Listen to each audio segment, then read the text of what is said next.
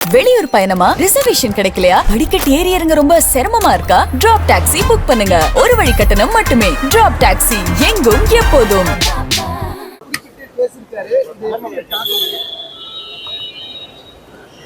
அவருடைய கருத்து பொதுக்கூட்டத்தில் கூறப்பட்டிருக்கிற கருத்து சார், இந்த உதயநிதி ஸ்டாலின் வந்து டெல்லி தலைமை சொல்லி தான் இவர் வந்து காவைக்கால சேர்ந்திருக்காரு அப்படின்னு பேசியிருக்காரு. ஒவ்வொருடைய கருத்துக்களும் பதில் சொல்ல இயலாது.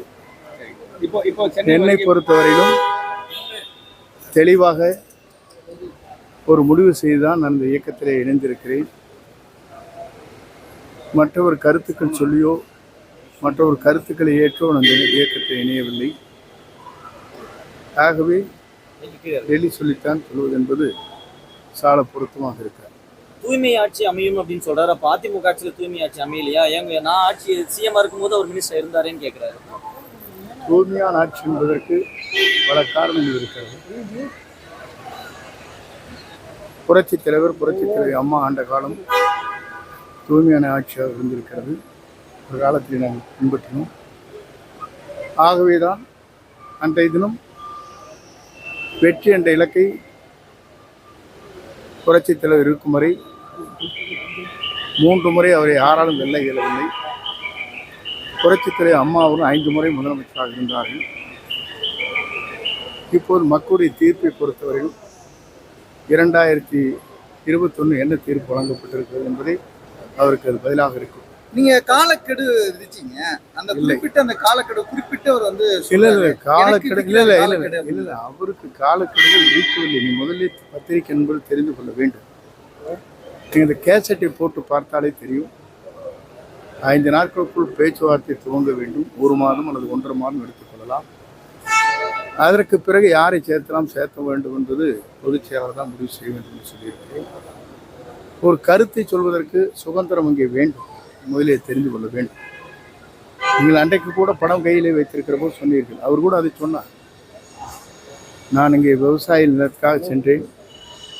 அவர் படம் இல்லை, அம்மா படம் இல்லை, தலைவர் படம் இல்லை என்று சொன்னார் என்று குறிப்பிட்டார். இதே விவசாயிகள் நடத்திய ஒரு நிகழ்ச்சி அங்கே காவிரி டெல்டா பகுதியில்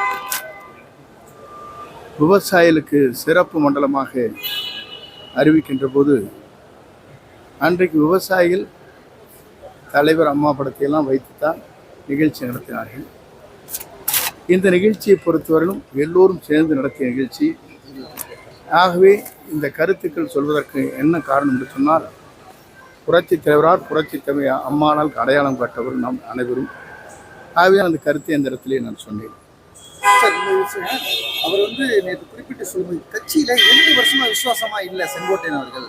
இங்க இருந்தே எங்களுக்கு எதிரான நிலையில செயல்பட்டாரு அப்படின்னு அவருடைய கருத்து அப்படி இருக்கிறது. என்னை பொறுத்தவரை அது ஒன்று இல்லை.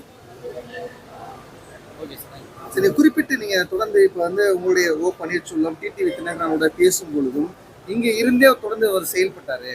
கட்சிக்கு விரோதமாக தொடர்ந்து செயல்பட்டு வந்தாரு. அதனால கட்சியில பகிரங்கமா பேசுறாரு. ஒரு பகிரங்கமாக பேசட்டும். நேற்று வந்த கூட்டங்களையும் உங்களுக்கு தெரியும். எந்தெந்த மாவட்டத்திலிருந்து வந்தார்கள், எந்தெந்த பகுதியிலிருந்து வந்தார்கள், எந்தெந்த பகுதியிலிருந்து கூட்டம் வந்தது என்பது அங்கே இருக்கிற கோபிச்செட்டிப்பாளையத்தில் வாழும் மக்களுக்கு தெரியும். பல்வேறு இடங்களிலே பேருந்துகள் வாகனம் மூலமாகத்தான் இங்கே வரப்பட்டிருக்கிறது. நான் இங்கே சென்றபோது நீங்கள் பார்த்திருக்கக்கூடும். 2 இடங்களிலே வந்த கூட்டங்கள் எவ்வளோ என்பதை நீங்கள் அறிவீர்கள். ஆகவே இதற்கெல்லாம் கருத்து சொல்வது என்பது இயலாத சூழ்நிலை. ஒருவர் இயக்கத்திலிருந்து தான் பிரிந்ததற்கு பிறகு ஒருவரை பற்றி விமர்சனம் செய்வது என்பது ஒரு நல்ல நடைமுறையாக இருக்காது. அதை அவர் பின்பற்ற வேண்டும். ஏனென்று சொன்னால் எல்லோரையும் ஒருங்கிணைக்க வேண்டும் என்பதற்கு தான் நான் பேசினேன் தவிர இல்லை என்றால் பேசுவதற்கு வாய்ப்பில்லை. 2 ஆண்டு காலத்தில் ஒரு நாளாவது ஓபிஎஸோட டிடிவியோட நான் பேசியிருக்கிறேன் என்று சொல்ல முடியாது. 5ஆம் தேதிக்கு பிறகுதான் அவரிடத்தில் தொடர்பு வைத்து பேசினேனே தவிர வேறொன்றும் இல்லை. வேண்டுமென்றே ஒரு குற்றச்சாட்டை சொல்லி என்னை வெளியே அனுப்ப வேண்டும் என்று நீண்ட நாள் அவருடைய ஆசை. அந்த கனவு நிறைவேறியிருக்கிறது. ஆகவே அந்த கனவை பற்றி எனக்கு அவர் நிறைவேறிய கனவு அவருக்கு வெற்றியாக இருக்கலாமே தவிர என்னை பொறுத்தவரையிலும் என்னுடைய பயணங்கள் சரியாக இருக்கும். தமிழக வெற்றி கழகத்தில் இணைந்த பிறகு நீங்க கோபிக்கு போனீங்க. ஈரோட்டில் வரவேற்பு, இப்போ கோயம்புத்தூர்ல வர இருக்கு. இந்த எழுச்சியை பயணம் எப்படி நீங்க பாக்குறீங்க? இந்த எழுச்சியை பொறுத்தவரையிலும் நான் கோவைக்கு செல்கிற போது விமானம் கோளாறு ஏற்பட்டு பெங்களூருக்கு சென்று 2.5 மணி நேரம் கழித்து வந்ததற்கு பிறகு கூட ஆர்வத்தோடு இங்கே கழகத் தோழர்கள், வெற்றி கழகத்துடைய தமிழக வெற்றி கழகத்துடைய தோழர்கள் ஆர்ப்பரித்து நின்றார்கள். அப்படி என்றால் 4 மணி நேரம் காத்திருக்கிறார் என்று சொன்னால் அது எவ்வளவு வேகமாக அந்த பயணங்கள் மேற்கொண்டிருக்கிறார்கள் தொண்டர்கள் என்பதை நீங்கள் அறிவீர்கள்.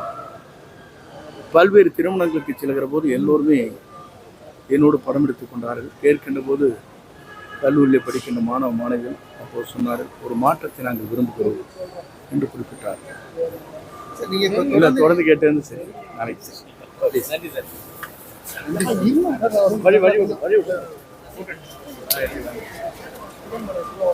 வாக்காளர் விவகாரத்தில் உங்களை விமர்சனம் பண்றாங்க, அதை பத்தி உங்களுடைய கருத்து சார்? அதெல்லாம் வந்து வழக்கு மன்றத்தில் இருக்கிறது. இன்னும் தொடர்ந்து வழக்கு மன்றத்திலே வழக்கு இருக்கிறது. அப்படி என்றால் ஒவ்வொருவரும் இருக்கின்ற நிலைப்பாடுகள் உங்களுக்கு தெரியும். ஆகவே ஒவ்வொரு கருத்தும் வேண்டுமென்றே எனக்கு என்னுடைய வேகமான செயல்பாடுகளை தடை செய்ய வேண்டிய நோக்கத்தோடு தான் செய்கிறார். இல்லை எத்தனை ஆண்டுகள் கழித்து 92வது ஆண்டுக்கு பிறகு எத்தனை ஆண்டுகள் உருண்டோடி இருக்காது, அதை நீங்கள் புரிந்து கொள்ள வேண்டும். திருநாவுக்கரசு நீங்களும் மீட் பண்ணதை வந்து கூட்டணிக்காக நீங்க கூப்பிட்டதாவோ ஒரு இது பேசும் பொருள் ஆயிட்டு இருக்கு. இல்லை திருநாவுக்கரசு ஒரு திருமணத்துக்கு வந்தார். அவருடைய குடும்பத்தை சார்ந்தவர். அவரே அவரோட தொழிலெல்லாம் பல்வேறு தொழிலை நடத்தியவர்கள். ஆகிய அவருடைய திருமணத்தை கலந்து கொள்வோம். நான் சென்றேன், அவரோடு பேசினேன். அரசியல் ரீதியாக அல்ல, நட்பின் ரீதியாக புதியவர்கள் வர வாய்ப்பு இருக்கா சார் கட்சிக்கு? பொறுத்திருந்து பாருங்கள்.